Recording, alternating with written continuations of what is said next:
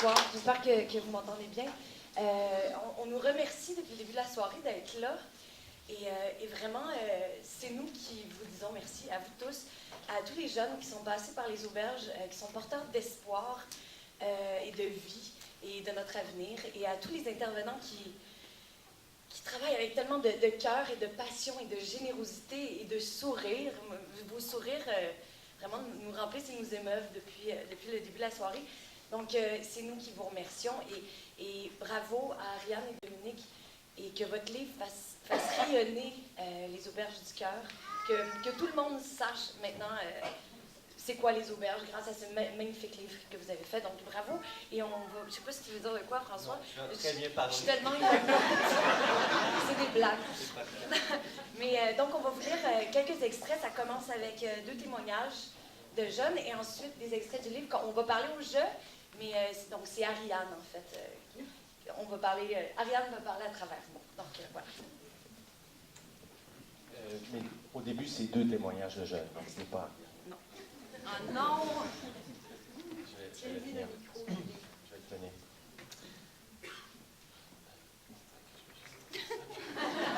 Le micro cache ma feuille. Je sais ce que je vaux aujourd'hui. C'est précieux. Ado, j'aimais pas l'école, ça répétait trop. J'étais un manuel, fasciné par l'électricité à 12 ans, mes poches en classe. Prends-le dans ta main. Des profs m'ont dit que j'étais pas dans la moyenne des quotients intellectuels, que je ferais jamais rien de bon dans la vie. À la maison, ma mère était découragée de mes résultats. À la veille des examens, j'ai commencé à faire des crises de panique à répétition. J'étais démoli. À 13 ans, on m'a donné du Paxil, un antidépresseur, pendant 6 à 8 mois. Avec ça, plus rien ne me faisait rien. Je faisais des conneries, ça aurait pu mal virer. Exacerbée, ma mère m'a rentré à l'hôpital, elle psychiatrique pour enfants. On m'a sevré du Paxil d'un coup sec en 3 semaines. C'est dans cet état-là que je suis arrivé à Accueil Jeunesse Lanaudière à Joliette. J'y suis resté 2 mois. Pas facile. J'ai dû réapprendre plein de choses, côté comportement. J'ai compris que ces gens-là, même s'ils n'en laissaient pas passer beaucoup, travaillaient pour moi. Ils m'ont dit, t'es brillant, il n'y a pas de problème. J'ai aligné mes valeurs, les choix, je les ai faits, j'ai trouvé un métier, j'ai gagné ma place semaine après semaine, sans diplôme, pas évident. J'ai été tenace et chanceux. Tout de même, je me suis tapé 2 ans comme pompiste. Aujourd'hui, je suis mécanicien de bâtiment et capitaine des pompiers volontaires à Saint-Ligory. Et puis, je suis devenu un passionné d'histoire. Ma mère est fière de moi aujourd'hui. Maxime Courcy, 26 ans, Saint-Ligory.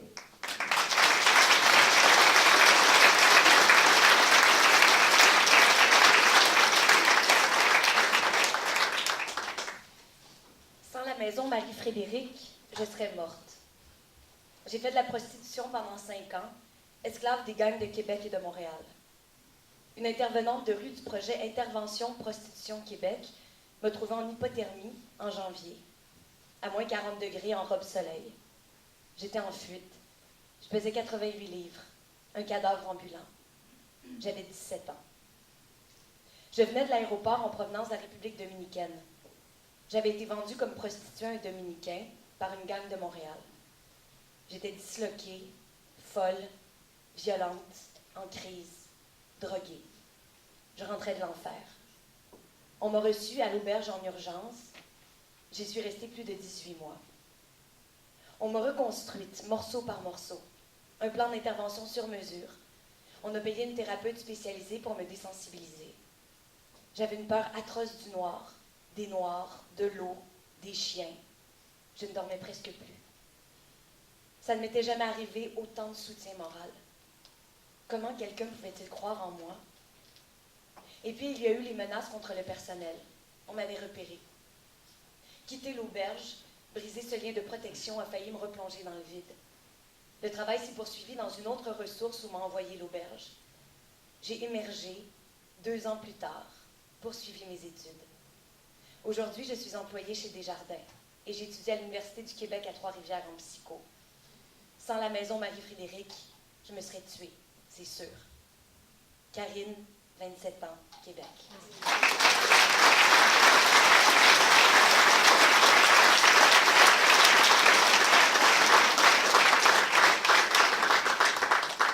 Et c'est là que le texte de Madame Aymon commence. Nulle part où aller. Quoi faire pour parler à un autre être humain, pour trouver à se nourrir, à prendre une pause, pour crier que rien ne va plus, qu'on va exploser sous la peine, sous la honte, sous l'impuissance, là, maintenant. J'ignorais qu'il y avait autant de jeunes qui vivent un stress aussi élevé et dont la santé physique et mentale est à ce point en lambeaux. Je connaissais les grandes lignes de cette réalité, sans me douter qu'elle accablait un si grand nombre de mes jeunes concitoyens. Dans les milieux ruraux, les banlieues, les petites villes comme les plus grandes, partout sur le territoire québécois. Pas qu'à Montréal, pas du tout. Un phénomène d'une ampleur insoupçonnée et inquiétante, aux impacts ravageurs. Bon an, mal an, le réseau des Auberges du Cœur rattrape environ 3000 de ces jeunes sans repère. 3000 qui disent souvent qu'ils ont été sauvés, transformés par leur auberge. Pas toujours la première fois, ni la deuxième, mais sans trop qu'on sache comment, un jour le déclic se produit. Tout à coup, le papillon sort de la chrysalide, tout fripé, et finit par prendre son envol. Les effets combinés des désastres familiaux, du décrochage scolaire et de la toxicomanie sont affolants. Je vous laisse additionner les séquelles de la pauvreté et des problèmes de santé mentale. Les leurs, mais souvent celles de leur famille. Depuis quelques années, la clientèle des Auberges du Cœur se diversifie. Sans avoir de statistiques précises, on sait que ces jeunes désemparés proviennent de plus en plus de la classe moyenne ou plus aisée, de plus en plus des communautés culturelles aussi. Tous ces jeunes encaissent, résistent comme ils le peuvent et cultivent le déni. Ils ne reconnaissent pas la gravité de leur vie de précarité. Ils ont besoin d'accompagnement. Ils ont besoin d'adultes solides, en chair et en os, à leur côté, pour quelque temps, pour les aider à prendre le virage. Qui donc sont ces personnes qui montent au front? Des équipes d'intervenants allumés, des hommes et des femmes du réseau communautaire, des jeunes professionnels et des plus âgés, côte à côte, qui font un travail de première ligne, époustouflant. Tout au long de mes pérégrinations avec la photographe Dominique Lafont, c'est ce qui m'a touché. L'impression forte que ces jardiniers de l'estime, que sont au premier chef les intervenants, ont fait le pari de ne pas désespérer de cette jeunesse abîmée. Bien au contraire. Ils s'organisent plutôt pour qu'elle découvre ses forces, enterre son désespoir et retrouve l'ardeur de vivre. Les auberges ont développé une philosophie du lien, plutôt que cette philosophie du bien, qui caractérise les projets philanthropiques. Dans leur jargon, on parle d'affiliation sociale. Les Auberges du Cœur sont des lieux de passage, des lieux de ficelage de liens sociaux pour beaucoup de jeunes déboussolés. Ils sont rattrapés dans leur dérive par ce réseau de maisons d'hébergement qui, sans relâche, est prêt à les accueillir et à les écouter. Sans jugement, sans qu'ils deviennent un numéro ou un dossier. C'est précisément ça, l'art de raccrocher les jeunes. À travers 1000 manières de tisser les multiples petits fils éméchés, on fabrique une fibre, un nouveau cordage un peu plus solide, un lien qui relie à soi, aux autres et au monde. L'art de raccrocher les jeunes, c'est aussi celui de les aider à prendre du recul. Pour ce faire, les auberges mettent à leur disposition bien plus qu'un refuge temporaire. Elles leur offrent un chez-soi de transition, un nid avec de l'ambiance et de la sécurité, des sourires et de la bienveillance, avec un accès facile à un groupe d'adultes, intervenants, bénévoles, personnel de soutien, avec lesquels on mange, fait des courses, partage des activités au quotidien. Des adultes qui font le don d'un regard valorisant, qui rigolent et discutent avec eux. Le raccrochage passe entre autres par des activités d'implication citoyenne. Ainsi, beaucoup de jeunes des auberges ont appuyé le mouvement étudiant dans sa lutte contre la hausse des droits de scolarité, eux qui ont tant de mal à retourner sur les bancs d'école faute de soutien financier. Les jeunes apprennent qu'ils ont des droits et qu'il est légitime de les faire valoir. Ils prennent conscience qu'il y a des causes sociales derrière la pauvreté, l'entêtement, la détérioration de l'environnement, et que de réels obstacles institutionnels existent, plombant leurs efforts pour quitter la marginalité. Ils sont aussi initiés à la vie démocratique de l'auberge elle-même, Ils peuvent joindre des comités de résidence, siéger au conseil d'administration. J'aime bien cette phrase du cinéaste Nanni Moretti. Je peux faire quelque chose de petit, alors je le fais. Quand on vient de loin, il n'y a pas de petits pas. L'important, c'est qu'il y ait un pas de plus vers soi. Les auberges du cœur n'arrivent pas à garder la trace de tous celles et ceux qu'elles ont hébergés une semaine, 2 mois, 1 an. Mais beaucoup, vraiment beaucoup d'anciens résidents reviennent donner des nouvelles. Et elles sont bonnes, souvent. Ils sont fiers de présenter leur nouvel amour, leur dernier bébé, leur voiture, et oui, de parler du boulot qu'ils convoitaient, de la grand-mère adorée qui vient de mourir. Les équipes des auberges disent que ces visites sont leur plus grande joie professionnelle. Certains anciens, on en compte des milliers depuis 25 ans, continuent de rôder autour de leur auberge, donnent un coup de main bénévolement, participent aux campagnes de financement, siègent au conseil d'administration, assistent aux grandes fêtes, agissent comme mentors.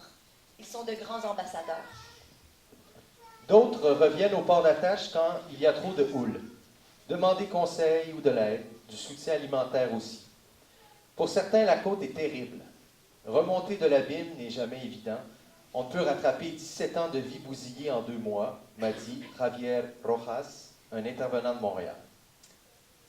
Mais on ne sait jamais ce qui peut germer un jour, à partir de ce qu'on aura semé des années auparavant. Partout au Québec, les 29 auberges du cœur ont pris naissance dans le cœur de leur collectivité, littéralement. Parfois, elles ont été portées par de jeunes idéalistes, comme à Joliette au début des années 80. 5 jeunes femmes de 20 ans, bénévoles, déterminées à diminuer l'errance d'une jeunesse trop mal en point qu'elles croisaient dans la ville. Ailleurs, l'idée a germé chez des travailleurs communautaires, chez des citoyens désireux d'aider leurs jeunes, chez un groupe de parents ou encore dans l'esprit de grands visionnaires. Dans tous les cas, ces hommes et ces femmes en ont mobilisé des dizaines d'autres pour que les projets d'auberge s'installent dans la durée. En fait, elles sont souvent de purs joyaux du milieu communautaire et de la société civile. Et j'ajoute que nous devrions en être très fiers collectivement. Merci beaucoup.